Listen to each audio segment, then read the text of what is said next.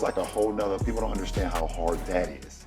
You know, I never thought about just playing with my dad, but of course he's brought it up a couple times. For him to be able to use his power to do that, I think is pretty legendary. We have a lot to cover in this one video. The Los Angeles Lakers officially unveiled to their fans what this season's going to look like. Bronny James made his debut in the Summer League, and analysts are already picking him apart. But LeBron James also gave an interview with Dave McMenamin, which gives us an idea of where the future of LeBron James and the Los Angeles Lakers lies. So before we get to the content, I owe you an apology. We broke our upload streak. I unfortunately was a little sick at the end of the DeMar DeRozan video I made for you guys. So the upload streak is broken, but we're still making this push to 1 million subscribers, and we are officially less than 35,000 subscribers away from hitting our goal. So if you enjoy the content, that's insane. 35. On everybody. This past season was supposed to be the Los Angeles Lakers' best season to date. They finally got Anthony Davis and LeBron James at their healthiest. They surround LeBron James and AD with good role players and shooting. Two-way players like Taurean Prince, who Darvin Ham has a huge crush on for some reason. So much so that Taurean Prince followed Darvin Ham to Milwaukee. Everything was going according to plan. But the Los Angeles Lakers, despite their most healthiest season from their two biggest stars, and LeBron James still kicking father time's weren't able to make it past the first round of the NBA playoffs. Now, granted, they faced off against the Denver Nuggets, but the issues clearly lied in coaching this time. So going into the offseason, the Los Angeles Lakers had some improvements that needed to be made. The Lakers get rid of Darwin. A tremendous amount of hope. Start with that. Rob Pelinka even told us in the past that we have additional assets to trade this offseason. Well, at the trade deadline, we had one first-round draft pick. It was our only sort of hook to fish with. And this summer, in June, we, at the time of the draft, will have 3 first-round draft picks to look for deals, which I think will really unlock an access. Where's the deals? Where's the deals? A greater. I don't see shit. And we didn't want to shoot a small, bullet now that would only lead to very marginal improvement at the expense of making a much bigger and more impactful movement, potentially in June and July. I speak for all Laker fans. Sometimes you gotta cipher through the bullshit. Some people have like this innate ability to just word vomit, use a bunch of intelligent words to make it seem like they're getting to a point, but really they're not talking about nothing. They're not saying much. That's Rob Pelinka right there in that moment for you, bro. And when I say immediately, we got excited. Who will it be? Will the Lakers trade for Trae Young? I thought it was Trae. Yeah, Donovan Mitchell. I don't blame them for wanting to move on from Trae Young. I mean, we have very valuable assets to give up for Trae Young. At the very minimum, we'll get Trae Young, but if not, maybe we could get DeJounte Murray. Surely his asking price won't be as crazy. But if we don't get DeJounte Murray, it's okay, because Chris Paul and LeBron James have been BFFs for almost 2 decades. And he'll certainly sign a veteran minimum to play with LeBron and get a ring. What if we're really able to overachieve and we could trade for Donovan Mitchell? But if that doesn't happen, then it's okay, because Klay Thompson's daddy played for the Lakers, and it was always Klay's destiny to play for the Los Angeles Lakers. But if we don't get Klay, we'll certainly get DeMar DeRozan. He's from LA as well. LeBron James even said he's willing to take a pay cut so the Lakers could sign James Harden, Jonas Valanciunas, or Klay Thompson. LeBron even called Klay Thompson when free agency started. And then free agency started, and the Lakers didn't get anybody. Kind of a difficult pill to swallow. Nobody wanted to sign with the Lakers. It's almost as if they didn't want to be part of a team whose entire season was going to be spotlighting the fact that LeBron James was playing his final seasons for the Lakers, stat padding and having a good time with his son, which, by the way, he deserves. I mean, he had a remarkable career. He brought a championship for the Lakers. Yes, it counts, but I can understand why players didn't necessarily want to play with LeBron James and the Lakers. I mean, when you take a look at the Western Conference, it's crazy how much stronger each and every team got, except for maybe the Clippers. I mean, the Dallas Mavericks went to the NBA Finals, and they signed Klay Thompson. The New Orleans Pelicans traded for DeJounte Murray. The Sacramento Kings signed DeMar DeRozan. The OKC Thunder traded for Alex. How did the Kings get DeRozan? Like, what? Caruso, and the San Antonio Spurs deserve their own video for what they're doing. They signed Chris Paul, they drafted the best defensive point guard in the NBA draft, they traded their other pick for a future 2031 unprotected first round pick, and they were part of the DeMar DeRozan trade too. They somehow got Harrison Barnes. Each and every team in the West got better, whereas the Lakers got worse. And for the record, LeBron James did actually take a pay cut, and I think the way he took the pay cut's hilarious. I mean, he took a $3 million pay cut to help the Lakers avoid strict tax and roster penalties, and it's so funny because he takes the $3 million pay cut, and then he gives us this gem of a quote. Me being able to be in a situation where I can protect the franchise under the second apron, understanding this new thing is very hard on a lot of teams as far as them trying to get better, and whatever the case may be. I've been in a relationship with the Lakers going on 7 years. I'm absolutely okay. Yo, you remember back in the day when athletes all wanted to play with LeBron? When he went to South Beach, it kind of just seemed like everybody was going to South Beach.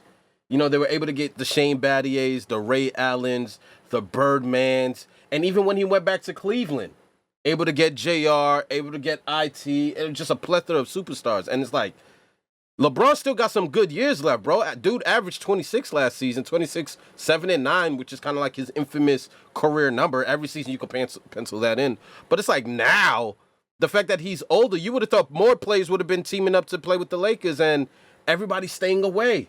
And honestly, it's because of the drama. It's because of the drama. Like, it's never going to be LeBron's fault, and whoever is his running mates will forever get the blame on a night in and night out basis when the Lakers lose. We already know this, but still, man, it's the Lakers, bro. It's purple and gold. It's Kobe. It's Magic. Like, y'all niggas don't want to pull up to L.A.? The palm trees, the women, the sunny skies. That ain't good enough no more. And you play with LeBron and AD. Taking a pay cut. I love how That's LeBron's wild, coming out yo. saying, I'm here to save the franchise. I'm not only thinking about myself, I'm thinking about the team as well. But the thing is, the second apron penalties are so insane that it's clearly worth giving up $3 million so your team gets beneath the second apron. Otherwise, it's impossible to acquire new stars. Honestly, if he took those $3 million, I think people would judge him. Remember, if the Los Angeles Lakers exceed the second apron, then one, you cannot aggregate salaries in a trade. For example, the Los Angeles Lakers would not be able to trade Rui Hachimura and D'Angelo Russell for James Harden. They have to take on 100% of any I'm not doing incoming that salary trade. I'm not doing that straight trade up at all. trades, meaning that they could trade D'Angelo Russell for a player that is making $17 million a year. You're not allowed to include cash in trades. First round picks 7 years away are untradeable. No trade exceptions can be used from multiple players' salaries. No previous trade exceptions can be used. The craziest one is a team's first round pick is moved to the end of the first round if they stay in the second apron for 3 of 5 seasons. So yeah, thank you LeBron for taking $3 million less so the Lakers could actually have the flexibility to trade for a star if a star becomes available. Now, LeBron discussed how the Lakers failed in free agency, and just based off of his demeanor, you can just tell what stage of his career he's in. Rich Paul told me leading up to you signing that deal that you'd be willing to take a pay cut to sign an impact player. But here we sit, Klay Thompson's with the Dallas Mavericks, DeMar DeRozan's with the Sacramento Kings. What do you think happens? It takes two to tango. I mean, at the end of the day, I think, our front office, our coaching staff, they try to do the job that they wanted to do or try to get guys to come, and it didn't happen. And that's okay. That's part of the business. So the Lakers aren't able to get any free agents. So for the most part, at least my expectations entering this season is very similar to a Kobe Bryant farewell tour, unless if the Los Angeles Lakers really got a superstar as a head coach in JJ Redick and play with such Kobe Bryant. incredible. Yo, y'all think it's LeBron's final year? I'm not getting that vibe. I mean, I know he signed a 2-year deal, and this dude is pushing 40. I ain't gonna front, bro. The dude just plays so amazing. It almost doesn't seem like he's ever gonna walk away. Y'all think this is his final year? Chemistry that they rocket to the top of the Western Conference, but I'm really not expecting that. I'd love for that to happen, but for the most part, I really think the next 2 years is just going to be about LeBron James trying to pad his stats as much as possible and get some valuable floor time with his son. And I hope I'm wrong, but look at how much of this interview Look at this. 25, 7, and 8, bro. That's LeBron. Well, 26, 7, and 8. with Dave McMenamin is about Bronny. It was very emotional. It was very emotional to to hear, I mean, that's been his dream for quite a while. He said he wants to play in the NBA. And then he had an opportunity to talk to his agent, Rich Paul, and Rich asked him what is his ultimate goal in this whole thing. And he said, I just want to hear my name called. And for it to happen, with us all being together and him being able to hear his name called in the NBA draft, it's like a moment that we will never, ever forget. Second round Between the pick, too. lines, to some extent, basketball is going to take care of itself. Yeah, for Bronny. sure.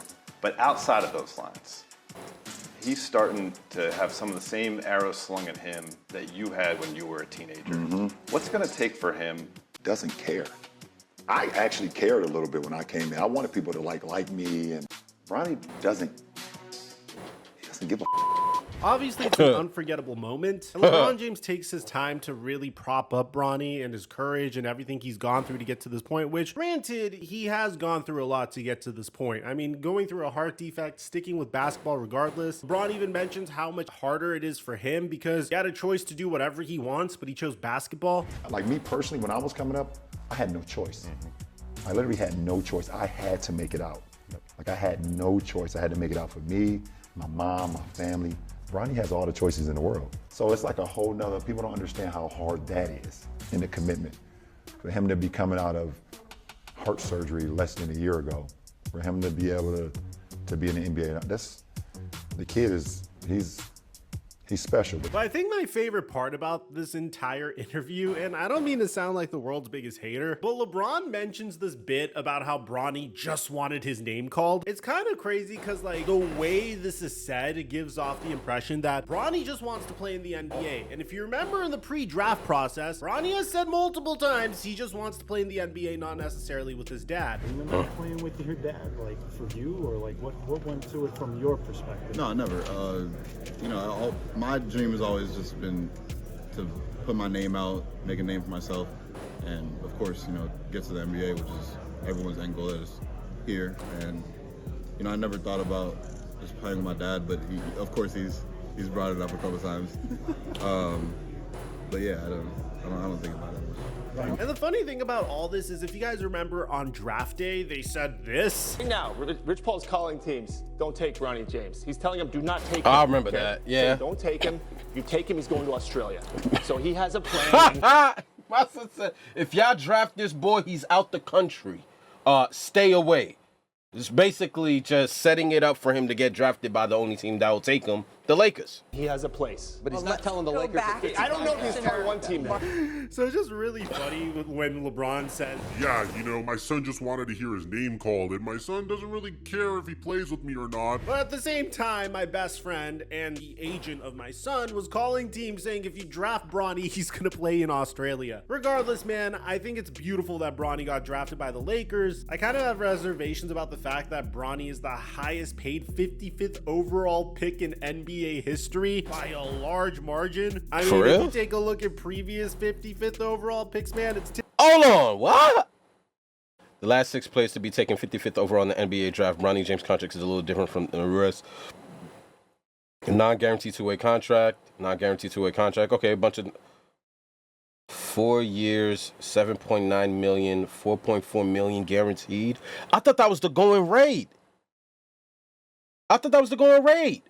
Round 2, 55 pick. Look, non-guaranteed two-way contracts everywhere. This dude was able to get 75,000. 75,000. Bronny gets 4.4. Oh my gosh, bro. I didn't even realize that. I thought the contract that he signed was like the going rate for players drafted in the second round. That's insane. I can't defend that. All right. typically a non-guaranteed two-way contract except for Gui Santos, but that's because he was overseas and they had to buy him out. But then you get Bronny, who's at a 4-year, $7.9 million contract with 4.4 million guaranteed. I mean, Mark J. Spears said it best. But he did something different. Like, the Nuggets, Hawks, Lakers, Kings, Heat, Bulls, and Warriors all have kids that are part of the front office. George Karl, Doc Rivers, Bernie Bickerstaff, Nate McMillan, Don Nelson, Flip Saunders, all their sons have gotten into coaching. This is the first time we've seen a player be able to use his presence to help his son get into the NBA. He has a 1+1 year deal, but his son signed a 4-year deal. For a player an African-American player to be able to do that, I think is brilliant. The runway his son has now to use these 4 years to prove that he's an NBA player long-term. By the end of those 4 years then, with the Lakers tutelage, I think he'll turn himself into a quality NBA player. So for him to be able to use his power to do that, I think is pretty legendary. So that being said, you guys kind of get an idea of what this year's season's gonna look like for the Lakers. They didn't get any big free agents. They didn't even get any big role players. I mean, yeah, maybe they get Gary Trent Jr., which would be great, but there's no question about it. For the most part, most teams in the Western Conference got stronger. The Lakers didn't make any significant moves except Dalton Knecht and Bronny James. So that being said, Bronny James would make his Summer League debut, and I didn't want to spend too much time on this video talking about it because we all know Summer League doesn't really reflect how good a player is going to be. I mean, you remember a decade ago when Josh Selby was torching up the Summer League and he didn't really become a relevant player in the NBA? Maybe I'm too old and a lot of people don't remember who Josh Selby is. It was that long ago. But typically, Summer League success doesn't really translate to NBA success. Last year, Victor Wembanyama got absolutely pummeled by Kai Jones. Kai Jones is on a non-guaranteed contract with a completely different team despite being a first-round pick, and Wemby is Wemby. Crazy. Okay. That being said, it's just really funny to see the media handle Bronny James's debut. I mean, his first game wasn't really that good, respectfully, but at the same time, what did you expect from the 55th overall pick in the NBA draft that averaged 4.8 points per game on sub 40% from the field and sub 30% from three? I mean, don't get me wrong, it would have been hilarious if Bronny pulled up to the Summer League and dropped 30, and if in this year he won Rookie of the Year, kind of like the way Malcolm Brogdon won Rookie of the Year during his draft class despite being drafted in the second round. The reality was it